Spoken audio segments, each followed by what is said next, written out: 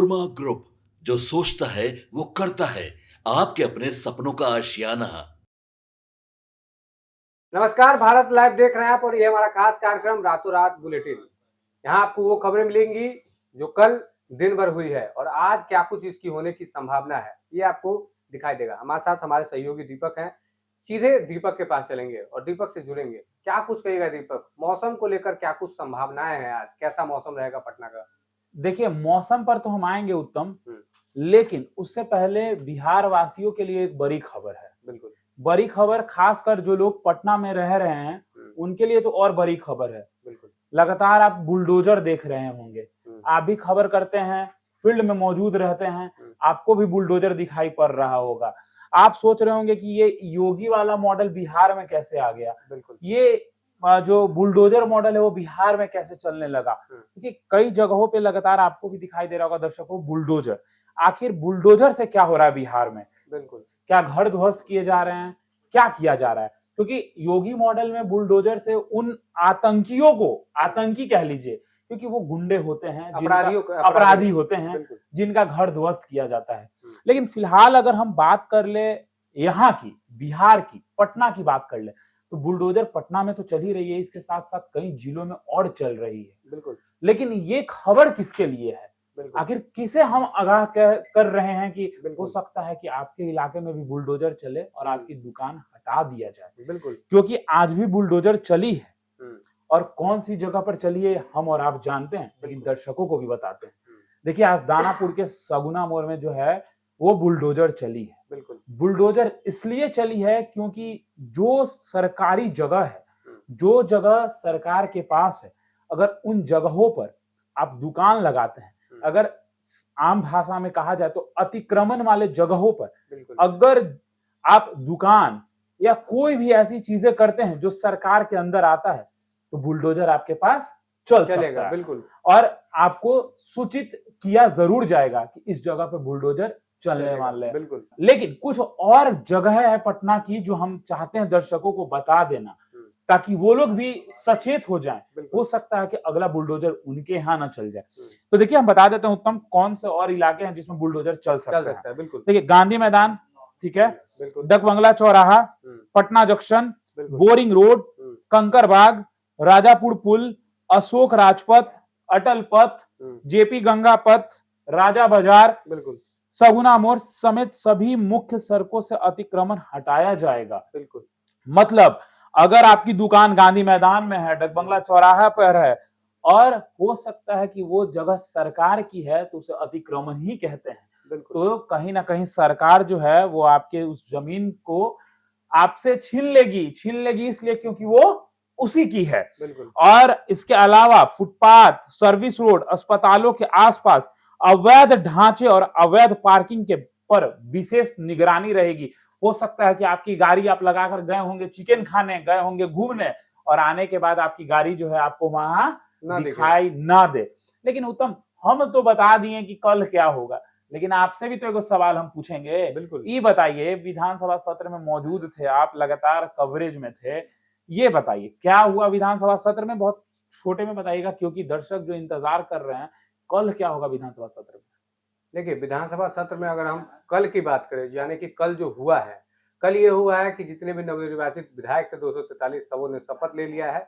और आज क्या कुछ होने वाला है, आज विधानसभा सत्र में महत्वपूर्ण ये है कि आज विधानसभा के जो अध्यक्ष होंगे, जो स्पीकर होंगे, वो मिल जाएंगे, क्योंकि जो नामांकन की जो प्रक्रिया है वो हो गई है। बीजेपी की तरफ से जो प्रेम कुमार है उन्होंने नामांकन कर दिया है और सूत्रों के हवाले से ये भी खबर आ रही है कि महागठबंधन की तरफ से कोई भी खड़ा नहीं होगा, यानी कि निर्विरोध वो जीत जाएंगे और विधानसभा के जो नए अध्यक्ष या स्पीकर प्रेम कुमार हो सकते हैं। विधानसभा में कल बहुत सारी घटनाएं हुई हैं, घटनाएं इन द सेंस की जो तस्वीरें निकलकर सामने आई है, रामकृपाल यादव ने तेजस्वी यादव से हाथ मिलाया है, उनको गले लगाया है। उसके बाद सम्राट चौधरी भी तेजस्वी यादव से मिले हैं और जब वहां से निकलते हैं तो मीडिया के से बातचीत भी करते हैं। रामकृपाल यादव ने कहा है कि वो क्यों मिलने गए। सारी बातें आप हमारे पेज पर देखे होंगे। तो विधानसभा का जो सत्र है 5 दिवसीय सत्र है, जिसका आज जो है दूसरा दिन होगा और आज विधानसभा का नया जो अध्यक्ष है वो लोगों को भी मिल जाएगा। लेकिन अब अगला सवाल भी हम बात करेंगे आपसे, क्योंकि आप उसका तो जवाब हमको नहीं दिए हम जब मौसम कैसा रहेगा? नहीं, जब आप फिर से मौसम पे रोकेंगे, पूछिए क्यों? बिल्कुल मौसम की खबर तो लोग जानना चाहेंगे ही, लेकिन उसके पहले आपके पिटारे में कई जवाब और सवाल ऐसे हैं बिल्कुल जो दर्शकों को जानने के लिए बेहद जरूरी है उनके लिए। ये बताइए उत्तम, बीच में ऑटो जो है वो जंक्शन तक नहीं पहुंच पाती थी। बिल्कुल ऑटो और टोटो, ई रिक्शा जिसे कहते हैं, भाई उसे आपको पहले लगाना पड़ता, तब आप जा सकते थे। जिसकी पर्सनल गाड़ी थी वो चला जाता था। सुबह अखबार में भी आपने आज कई खबरें जो है ई रिक्शा और ऑटो को लेकर देखा था। क्या कुछ नया अपडेट है? बिल्कुल, देखिए ऑटो और ई रिक्शा को लेकर जो है जिला प्रशासन की तरफ से कई महत्वपूर्ण जो है दिशा निर्देश दिए गए थे। पूर्वी जो पटना है, अगर आप नाला रोड की बात करें, अगर आप कंकरबाग। कंकरबाग की बात करें, कदमकुआ की बात करें, तो इधर से आने वाले जितने भी यात्री थे, ऑटो रिक्शा थे या फिर टोटो थे, जो इलेक्ट्रिक वाहन टोटो है, उसको पटना जंक्शन की तरफ आने से मना किया गया था। ऐसा कहा जा रहा था कि इनकी वजह से जो जाम है वो लगता है। लेकिन जैसे ही जिला प्रशासन की तरफ से ये आदेश आया, उसके बाद ऑटो संघ के जो अध्यक्ष है वो सब मिलकर बैठक करते हैं और प्रेस कॉन्फ्रेंस करके ये कहा जाता है कि अगर इस तरीके का तुगलकी फरमान आएगा तो हम लोग इसका विरोध करेंगे। बिल्कुल। और उन लोगों ने इसका विरोध भी किया था, क्योंकि अगर ये रोक दिया जाता है, अगर ऑटो या टोटो को अगर पटना जंक्शन तक नहीं आने दिया जाता है तो एक्स्ट्रा असुविधा होगी और जनता लोगों को को। एक्स्ट्रा 3-4 किलोमीटर चलना पड़ेगा। जैसे उनके कहने का मतलब है, अगर कोई मान लीजिए कदमकुआ या नाला रोड से आ रहा है, तो अगर नीचे से आते हैं तो डायरेक्ट पुल के नीचे से आके पटना जंक्शन वो जा सकते हैं। लेकिन अगर ओवर ब्रिज का अगर सहारा लेते हैं तो डायरेक्ट उनको विधानसभा उतरना पड़ेगा। विधानसभा से नीचे आके उनको फिर जीपीओ आना पड़ेगा। तो ये समस्याएं लोगों को हो जाएंगी, यात्रियों को समस्याएं होंगी। तो इन सब से लेकर जो आदेश आया था जिला प्रशासन की तरफ से रोका गया था। लेकिन जब हमने बात की वहां के ऑटो जो अध्यक्ष है संघ के, उन्होंने कहा है कि नहीं, इस तरीके का आदेश आया था, लेकिन आज जो है इस तरह का कोई भी बदलाव हो चुका है। बदलाव हुआ है। इसी तरह का कोई भी रोक टोक जो है देखने को नहीं मिला है। और बिहार में और भी घटनाएं हुई हैं। बिल्कुल। अब देखिए, आपने मौसम वाला जो सवाल किया था, हम आपको बता दें। देखिए, दक्षिण भारत में एक जो क्या कहते हैं उसको, मौसम को बदलते हुए बिल्कुल हर बार कुछ ना कुछ अलग जो मौसम में आता है, आंधी तूफान, इस बार दक्षिण भारत से चक्रवात जो है बिल्कुल वो आ रहा है। उसकी असर जो है वो बिहार में देखने को मिल रही है, लेकिन अभी उतनी असर नहीं दिखी है। लेकिन दिसंबर के दूसरे सप्ताह में आपको साफ तौर पर असर दिखाई पड़ने लगेगा। जो दितवाह तूफान है दक्षिण भारत से जो इधर शिफ्ट हो रहा है, इसकी असर आपको बिहार में साफ तौर पर जो है वो दिखाई देगी। और इसकी असर सबसे ज्यादा आपको दिखाई देगी दिसंबर के दूसरे सप्ताह में। बिल्कुल। लेकिन आज भी कुछ इलाके जो हैं वो ठंडी रही है। आपको बता दें कि किशनगंज जो है वो सबसे ठंडा आज रहा है। यहाँ पे सबसे कम डिग्री सेल्सियस 12.6 डिग्री सेल्सियस जो है वो रहा है। मतलब सबसे ठंडी जगह थी आज किशनगंज। बिल्कुल। तो आप सावधान हो जाइए। ठंड में बचने के लिए स्वेटर, शॉल, मफलर, टोपी, सभी चीजों का इस्तेमाल करिए ताकि आप ठंड से बचे, क्योंकि अगले सप्ताह में ठंड बढ़ने वाली है। और आप सुरक्षित रहेंगे तभी आप बेहतर तरीके से अपना काम कर पाएंगे। तो ये मौसम को लेकर एक बहुत बड़ी अपडेट है उत्तम। बिल्कुल। अब हम एक सवाल हम पूछ लेते हैं। बिल्कुल, आप ही सब पूछिएगा तो मेरे पास क्या बचेगा। बिल्कुल पूछिए। एक सवाल बताइए उत्तम, हम लोगों ने मौसम की बात कर ली, हम लोगों ने विधानसभा सत्र की बात कर ली, हमने बुलडोजर मॉडल की बात कर ली, लेकिन अभी तक आप एक जवाब हमको नहीं दिए हैं। बिल्कुल। आप हमको कह रहे थे ऑफ कैमरा कि एक खबर आपराधिक घटना है। बिल्कुल। कौन सा वो खबर है उत्तम? बिल्कुल, जब से सम्राट चौधरी को गृह विभाग की जिम्मेदारी मिली है, तब से कहीं ना कहीं बिहार में जो अपराध है वो बढ़े हैं। और बिहार में जब अपराध बढ़े हैं तो अपराधी के जो हौसले हैं वो बुलंद हो गए हैं। लेकिन उनके हौसले बुलंद तब होंगे जब सम्राट चौधरी उनको छोड़ेंगे, क्योंकि एक्शन और रिएक्शन तुरंत हो रहा है। एक्शन और रिएक्शन तुरंत हो रहा है। विदिन 24 घंटे में कार्रवाई हो जा रही है। अगर हम बात करें तो कल सुबह ही सारण में पुलिस और कुख्यात के बीच में मुठभेड़ हो गया और हाफ एनकाउंटर कह सकते हैं कि हाफ एनकाउंटर हुई है। और जो अपराधी है शिकारी राय, उसके पैर में गोली लगी है। सारण के सदर अस्पताल में उसका इलाज चल रहा है।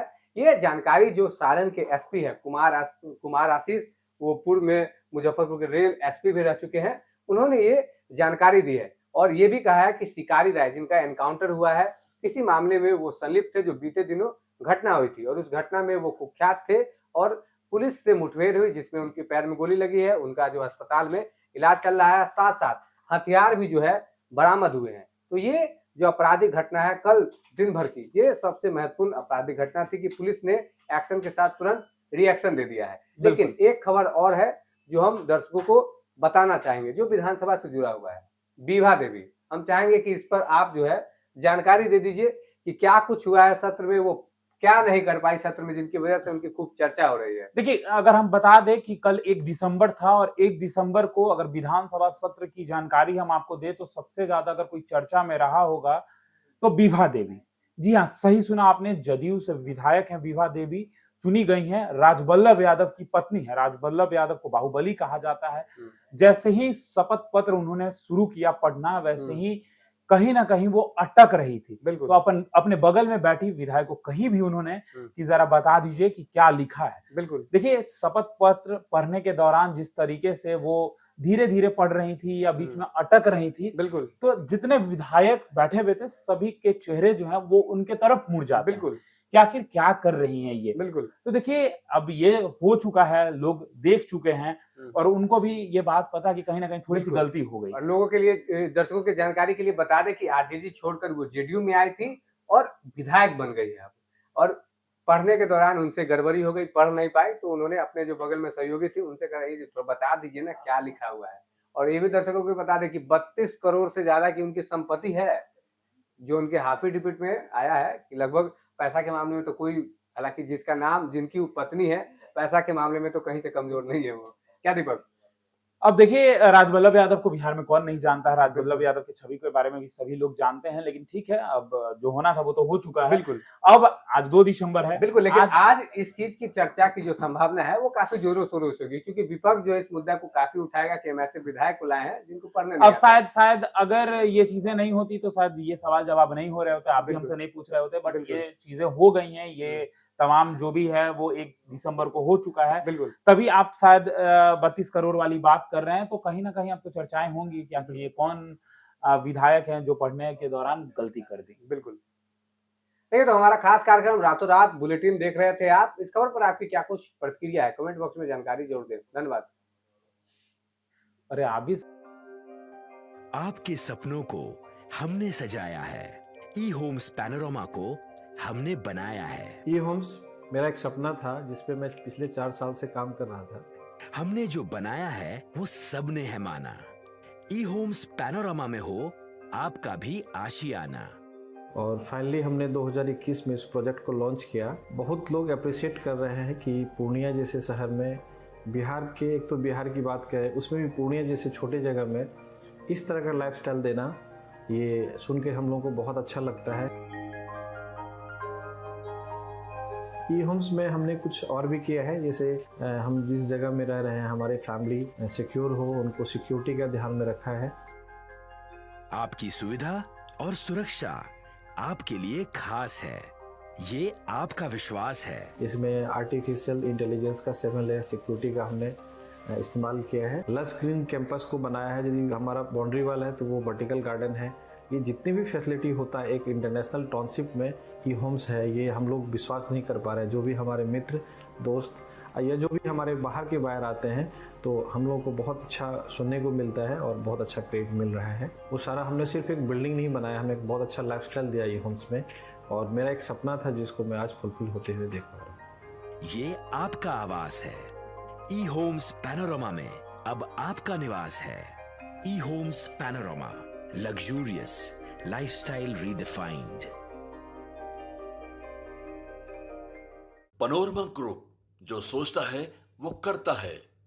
अगर ये वीडियो पसंद आई और वह बिहार के राजनीति और बिहारियत से सरोकार रखेनी तो सब्सक्राइब बटन दबा के चैनल के सब्सक्राइब कर ली। ओजे एगो घंटी बा, ओकरा बटन दबा देला से कुल सटीक और मारक खबर रुआ मुफ्त में मिल जाई। अगर रुआ पत्रकारिता के हमनी के नया प्रयोग में सहयोग कर चाहतानी तो ज्वाइन बटन दबा दी। पेटीएम नंबर नोट कर ली 9386